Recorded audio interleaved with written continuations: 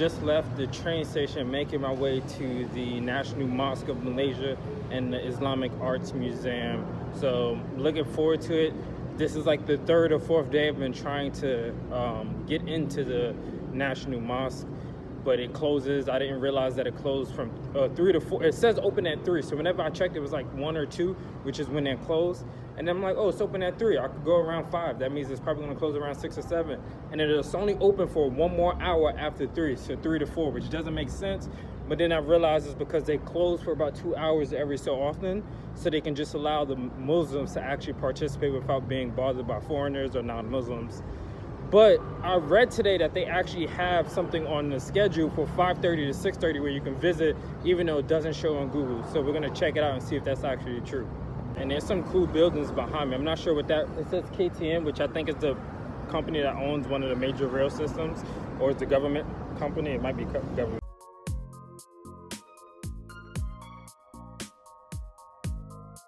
This is part of the railway system right here. We have this tower behind here, which I believe one of the sultans or the kings of this country actually built this to become the largest or second largest in the world or something like that. First largest in Malaysia, and he wanted this, so he built this right here. And then the National Mosque of Malaysia is right behind me, where I'm heading to in a little bit. So that was a fail. I just tried to go in because I read on the sign and it seemed pretty cool based on what the sign said. It said it had like 97 arches, some large windows inside and stuff like that. When I got inside, I took one video of the first floor, and the security guard was telling me that you have to go out there, you can't go inside. So I guess I can't see the beauty and the architecture from the British inside anymore.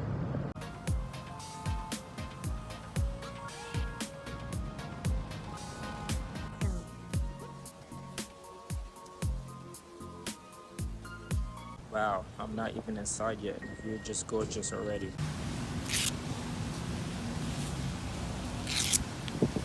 As customary with both mosque and Buddhist and Hindu temples, you have to take your shoes off. So I just entered the mosque, and it says toilets. That sign says toilets.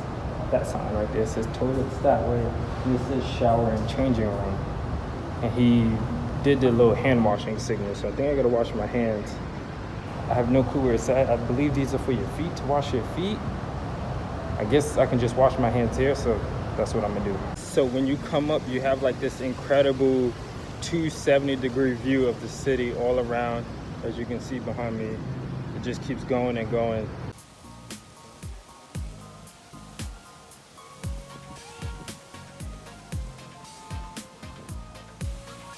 So all over the mosque, they have these little cards that say photo spots, and this is one of the photo spots.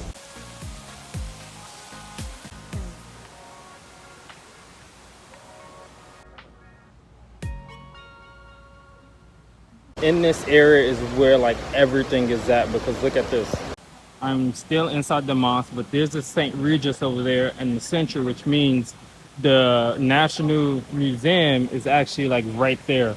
So it's like right behind those trees. And then right over here is where the Botanical Gardens is that I was the other day. So everything is all central here. And then the Islamic Arts Museum is somewhere over there, I believe. Actually, the Islamic Arts Museum is over there, not over there where I said it was. Right there, that blue building.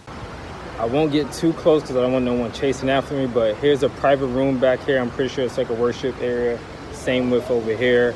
Some of this building or this complex is closed off to foreigners, not just foreigners, people who aren't Muslim. So it makes sense so you don't disturb their prayers and stuff like that. I have no clue what that is. Looks like they're doing like archery practice or target practice or something like that. So that's pretty cool if they have like a club or something for the kids.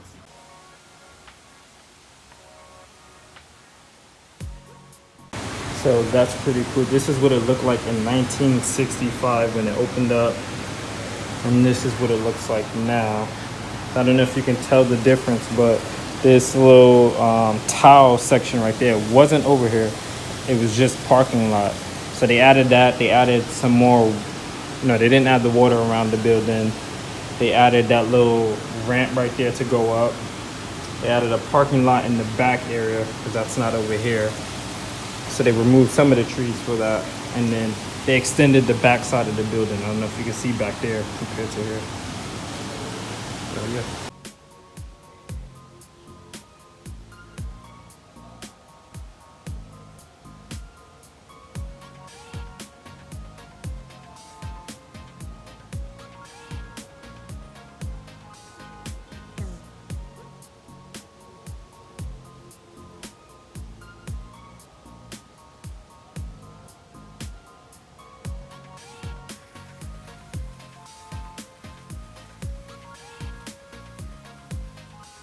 So here's where you get those purple robes at the front entrance. So if you're a guy wearing shorts or you're a female not covered up, they'll make you put one of these on.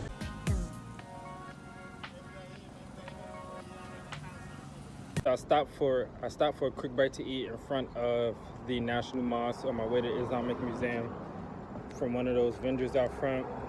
This burger got this sin dog, which is basically pandan and some brown sugar syrup it looks like he put on it.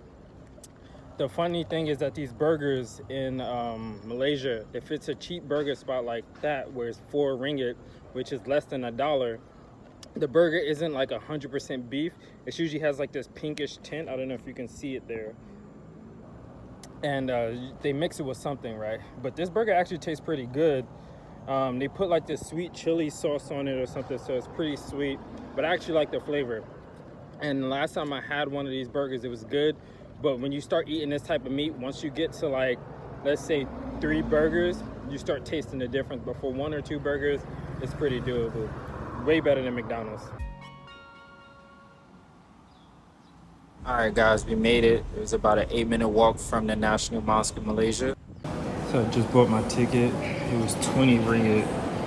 Wasn't paying attention. I don't know which one it was. I realized that there was an entrance fee, but it's a museum. I haven't really paid for any other entrance fee. So here we are. All right, so once you walk in, you're already wowed by the artwork. Like, look at the detail in this painting. The funny thing is, like, the first level of the exhibit is from like European artists, not even from like Middle Eastern and Asian artists, which is kind of interesting. But this part right here was crazy because this is where we get into like Cairo and Jerusalem, and it's just interesting because like I've walked through to some of these places. I've been there, and it's just different when you start traveling and going to museums and seeing the places that you've been.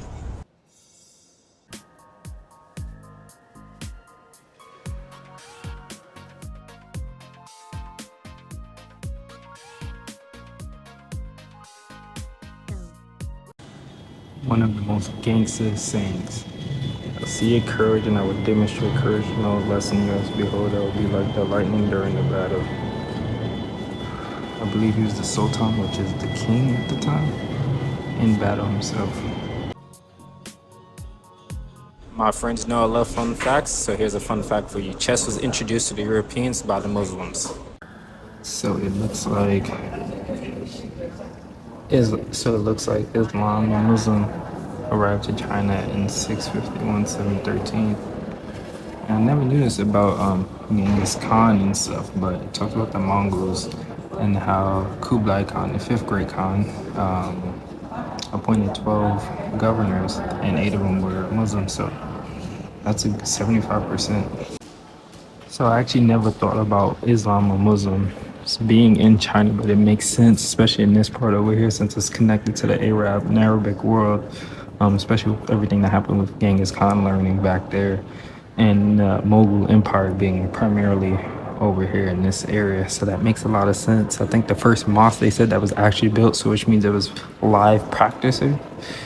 People that practice it in public was in like 751. So Islam in China has been around for a while, actually. So what I'm seeing is that Genghis Khan and the Moguls, or whoever founded it, really spread Islam to much of the world. This talks about just in India, and this is some artwork from Mughals in India when they conquered that land, and how they just started bringing some of the Islamic designs and stuff over. So I don't think any of this part of the museum has to do with Muslim or Islam culture. It's just Malay culture. So there's a lot of like designs of arrows and weapons and pots and royal wear or wedding attire, stuff like that. So this part of the museum is the timeline of the Malay world. So Malaysia used to actually own all of this, not just Malay that we know. It's pretty cool. I've been looking for one of these facts. This is the oldest astrolabe. I have no clue what astrolabe is, but I'm pretty sure if you read this right here, you'll be able to see it. It looks like a compass or something like that. Just learned that the astrolabe shows you how the sky would look depending on where you're at, and the time and the date and stuff, how the sky would look. Right now I'm in a room full of different mosques from around the world, so it shows you what it looks like in every single country and which mosques are more important than others, or newer or more original or old. But I just learned about the Qibla wall right there, which is in every single mosque. I did not know that. If you didn't know, most Muslims, not most, all Muslims, when they pray, they have to face Mecca. Inside of every single mosque there stands one of those walls, and another term I forgot for something else, I'm not sure what that is yet, but there's that wall to let them know what direction is Mecca. That's the different mosques from around the world. Mosque in Saudi Arabia, Jerusalem. One that I find the coolest, obviously, look at this dome. That dome is actually pretty cool. Is this one right here, the one in China. Like, it looks like some type of Japanese type temple, or I guess Chinese type temple, but with samurais and stuff. It's a mosque. The crazy thing is there's not that many people over there, which doesn't make any sense because it's a cool area. You got these ones that are in Thailand, the oldest wooden mosque still up in Thailand, stuff like that. I think it's because it's in the back area and it's kind of in the offshoot, so people don't know that you can walk here. I'm actually heading in the elevator right now. If you know me, you know I don't really like taking elevators, but I couldn't find a way up. I took a way up all the way to the, I took the stairs all the way up to the second or third floor technically, but to get to the fourth, you have to take an elevator.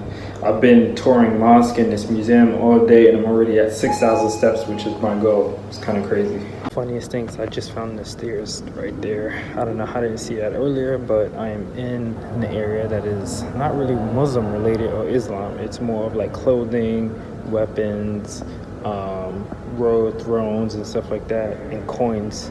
So there's some coins and like ceramic stuff over there. I breezed through that. It's not really what attracts me.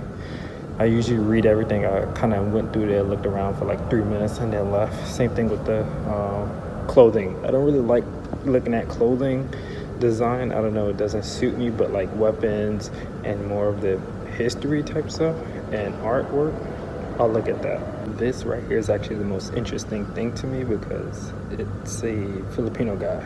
We're in Malaysia and we're talking about Islamic arts. And this is a Filipino soldier and his machete and sword. It looks like a machete. So I have no clue why that's here in the Malaysian museum. Look how long that thing is. That thing is longer than me.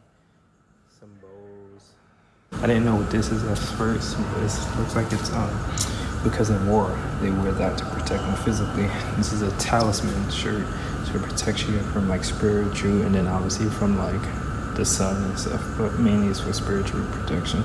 So I just want to give a quick breakdown of everything that I've done today, touring the city, the Islamic Arts Museum, and the mosque. I think it was a great experience. Everybody that visits Malaysia and Kuala Lumpur should go. I think it's important to learn about the history, the culture, and understand the people in the area that you're at. All right, so the only one that cost money was the Islamic Arts Museum, which is 20 ringgit, which is about $4.50. I think it was totally worth the amount spent. The mosque, I think you need about an hour, maybe 2 hours if you want to take some time to meditate, pray, or whatever. But the Islamic Arts Museum, you need 2 to 3 hours. I think I had close to the hour and a half or two. It was a little rush. Now, if you just want to go look, take some photos, that's okay. 2 hours, hour and a half is good. But for someone like me who likes to read, you know, I educated you as I was reading. You need more time. It is about 3 or 4 levels, so there's a lot in that museum for you to figure out. Overall, I highly recommend it. Hopefully you enjoyed this video. Please follow us, like us, engage with us on Instagram, TikTok, YouTube, all of the 9 yards. We really would appreciate it, and we'll be able to bring you more content like this. See you guys.